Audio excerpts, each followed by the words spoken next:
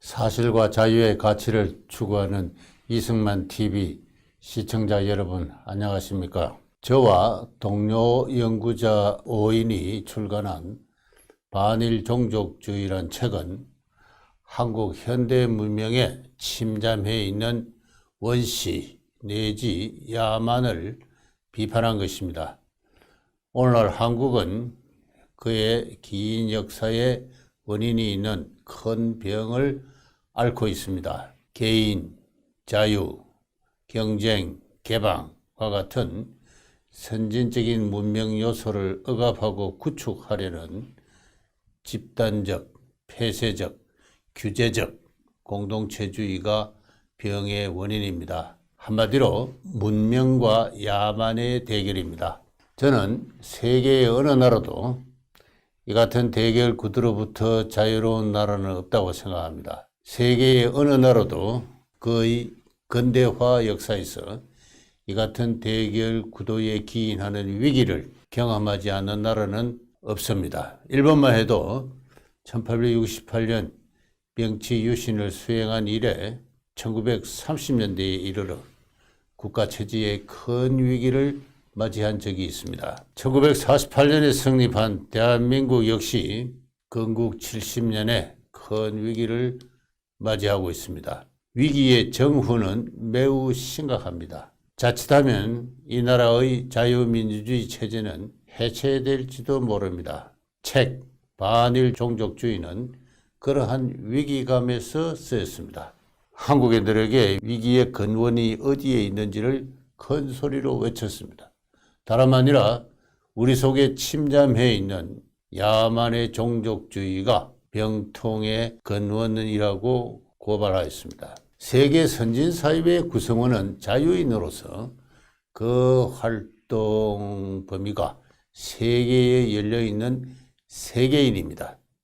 어느 사회가 선진화하는 것은 그에 속한 인간들이 자유로운 개인으로서 세계인으로 진화하는 길이기도 합니다. 세계가 크게 열린 시장으로 통합된 가운데 영구한 평화를 추구하는 길이기도 하지요. 대한민국의 건국은 이 같은 자유, 개방, 영구 평화의 선진 이념에 기초하였습니다. 이후 지금까지 이 나라가 2차 세계대전 이후 성립한 수많은 신생국 가운데서 드물게도 큰 성취를 이루간 것은 이 같은 세계가 공유하는 선진 이념에 충실하였기 때문입니다.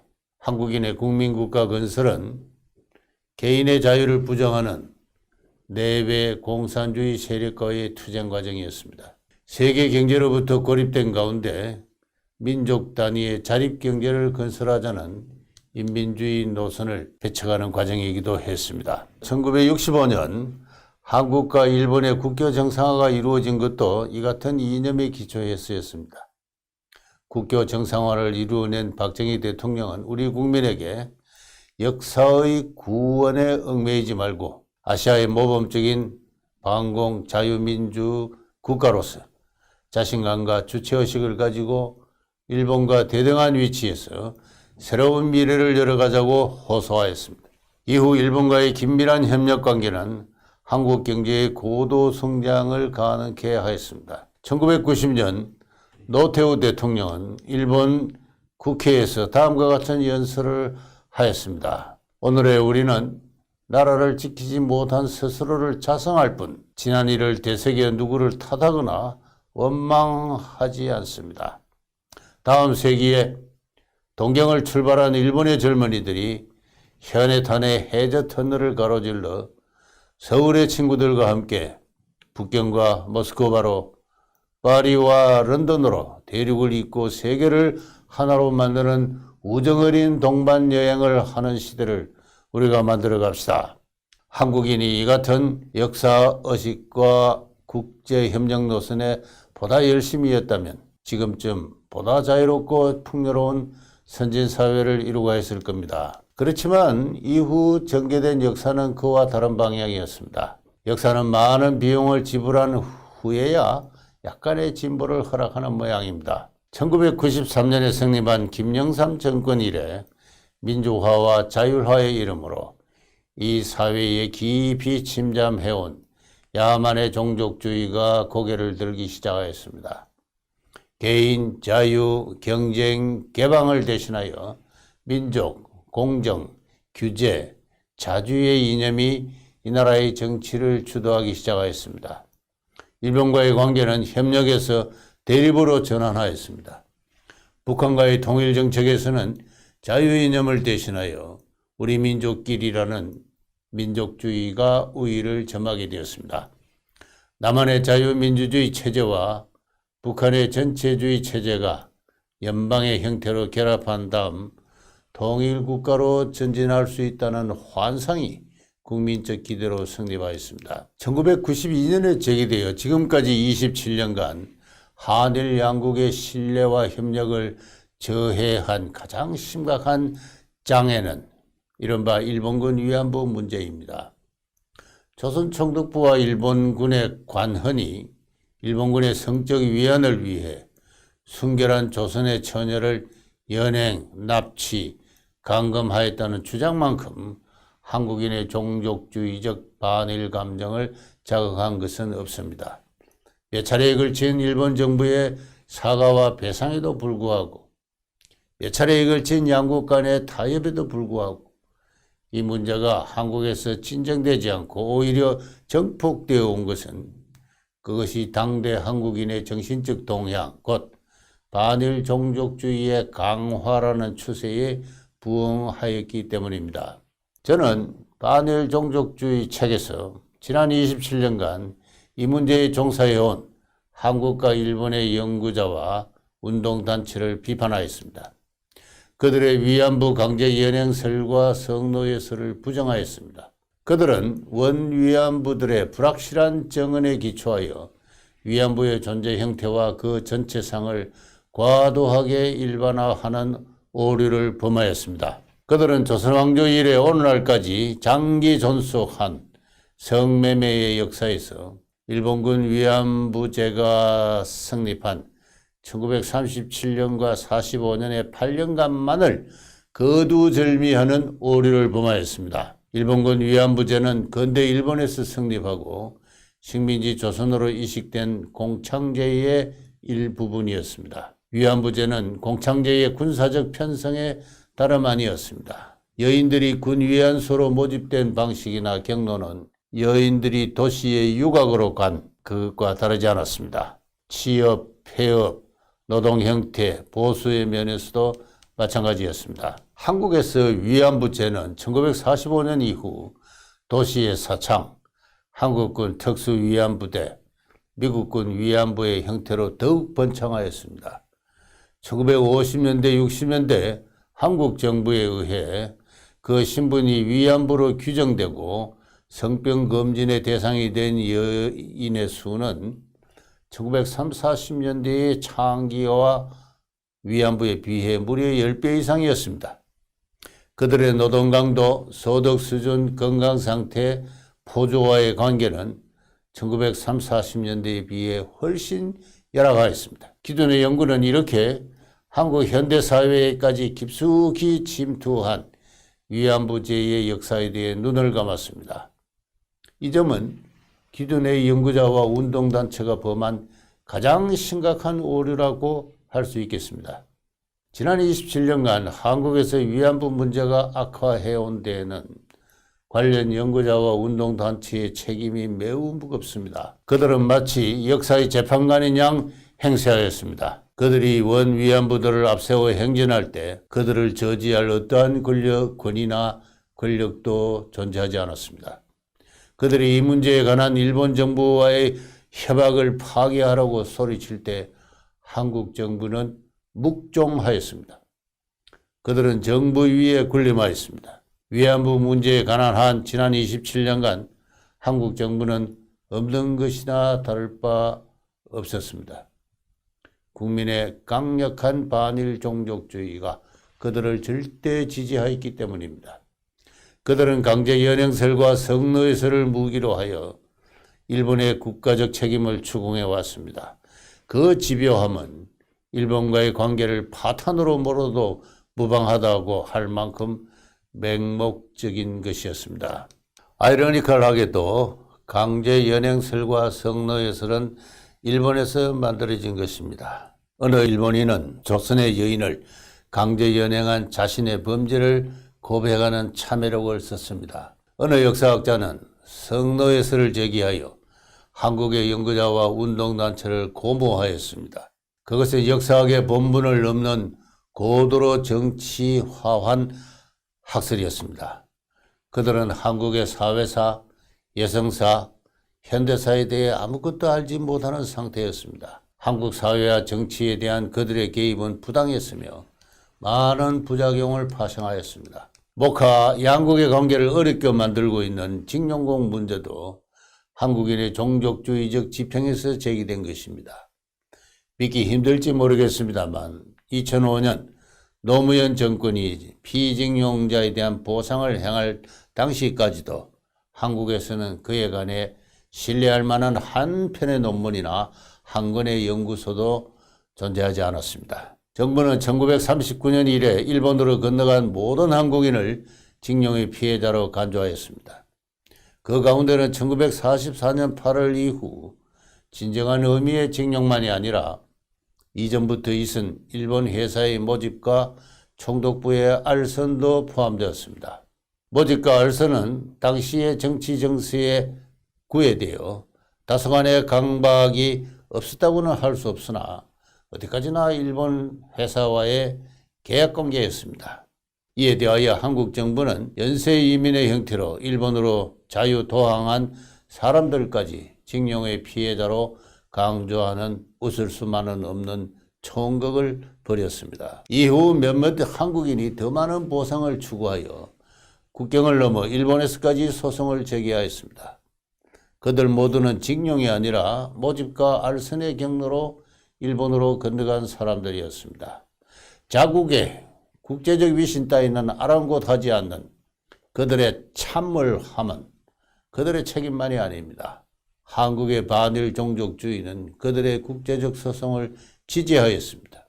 그들은 일본에서 외롭지 않았습니다. 위안부 문제에서와 마찬가지로 이른바 양심적인 일본인들이 그들을 물심양면으로 지원했는데 이는 결과적으로 양국의 신뢰 협력 관계를 저해하는 데 크게 기여하였을 뿐입니다. 역사의 진보는 느린 속도로밖에 이루어지지 않는 듯합니다.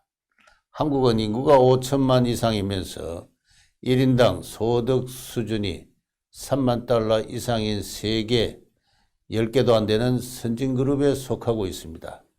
국가경제 규모는 세계 12위입니다. 그럼에도 이 나라의 정신문화에는 19세기까지의 조선 왕조가 짙은 그림자로 남아 있습니다. 조선 왕조는 명청 중화제국의 제후국이었습니다. 제후국의 비극은 자신의 책임으로 국가 체질을 영위하지 않은 데 있습니다. 조선 왕조는 완벽하게 폐쇄된 국가였습니다. 바다는 개방의 통로가 아니라 세국의 장벽이었습니다. 중국은 세계의 중심으로, 일본은 바닷속의 오랑캐로 간주되었습니다. 인간들의 삶과 죽음의 원리는 자연종교 샤머니즘에 규정되었습니다. 양반 신분의 정치 교양인 유교도 샤머니즘과의 융합을 통해 정착하였습니다. 개인, 자유, 이기심, 상업을 정당화하는 정치 철학의 진보는 없거나 미약하였습니다. 그 결과 18, 19세기 조선의 경제는 깊은 정체를 면치 못하였습니다. 인구의 다수는 여전히 원시와 문명의 경계선에서 방황하였습니다. 지난 20세기에 걸쳐 한국인의 물질 생활에는 실로 큰 변화가 있었습니다. 그럼에도 인간들의 사회관계, 정신문화, 나아가 국제감각에서는 본질적 변혁이 없었습니다. 저는 오늘날 한국의 반일 종족주의를 이상과 같은 역사적 시자에서 이해하고 있습니다. 오늘날 한국에서 일본은 이해의 대상이 아닙니다. 오로지 구원의 대상일 뿐입니다. 조선 왕조가 무엇 때문에 패망했는지는 탐구의 과제가 아닙니다. 일본이 한국을 지배한 35년간은 치욕의 역사일 뿐입니다. 그 기간에 한국인의 사회 경제 생활에 어떠한 변화가 있었는지는 금기의 영역입니다. 그에 대한 객관적 평가는 식민지 근대화론이라 하여 반민족 행위로 규탄됩니다. 그 결과 오늘의 한국인은 그들의 근대 문명이 어디서 어떻게 생겨났는지 알지 못합니다. 오늘의 한국인은 그 역사적 감각에서 조선왕조의 신민 그대로입니다. 마찬가지로 오늘의 한국인은 오늘의 일본을 구제국의 연장으로 감각합니다. 현 아베 신조우 총리와 그의 지지 세력을 극우 파시스트로 매도함이 보통 한국인의 일상 언어입니다. 책 반일 종족주의의 일본어 번역과 출간에는 많은 번민이 따랐습니다. 이미 지적한 대로 반일 종족주의는 한국인의 자기 비판서입니다. 자국의 허물을 굳이 외국어로 더구나 일본어로까지 공표할 필요가 있느냐는 비판을 예상하기는 조금도 어렵지 않았습니다. 그럼에도 우리가 그에 동의한 것은 그것이 한일 자유시민의 국제적 연대를 강화함에 도움이 될 것이라는 판단에서였습니다. 활짝 열린 국제사회에서 그 파장이 국제적이지 않은 사건은 하나도 없습니다. 한국인이 앓고 있는 역사의 병도 마찬가지입니다. 병은 널리 알리는 편이 좋습니다. 실은 우리의 이 같은 고민은 반일 종족주의 한국어판의 출간부터였습니다. 우리의 외침에 많은 한국인이 호응하였습니다. 건국 70년에 적지 않은 한국인이 자유이념의 바탕을 둔 세계인으로 성숙해 왔습니다. 전국의 주요 서점가에서 반일 종족주의 책은 종합 베스트셀러 1위의 지위를 한동안 누렸습니다. 이는 그야말로 망회의 사건이었습니다. 느린 속도지만 역사는 착실하게 진보의 길을 걸어왔습니다. 그러한 기대를 반일 종족주의 일본어판 출간에도 걸어봅니다. 한국인에게는 자신의 문제를 국제적 관점에서 성찰하는 호기가 될 것입니다. 일본인에게는 한국 문제를, 나아가 한반도 문제를 친한이니 혐한이니 하는 감정의 수준을 넘어서 진지하게 전향적으로 재검토하는 계기가 될 것입니다. 한국과 일본은 동아시아 자유민주주의의 보루입니다. 이 자유민주주의가 한반도의 북쪽으로 나아가 대륙으로까지 확산해 가기를 기원합니다. 이 같은 역사적 과제에서 한일 양국의 자유시민은 서로 신뢰하고 협력할 필요가 있습니다. 반일 종족주의 책이 그러한 국제적 연대를 강화하는 데 약간의 도움이라도 된다면 그것 이상의 큰 기쁨은 없을 것입니다. 끝으로 반일 종족주의 일본어판 출간을 맡아주신 문해춘추 여러분에게 감사의 인사를 드립니다. 아울러 한국에 대한 애정과 우려로 이 책을 구입해 주신 일본의 독자 여러분에게도 감사의 인사를 드립니다.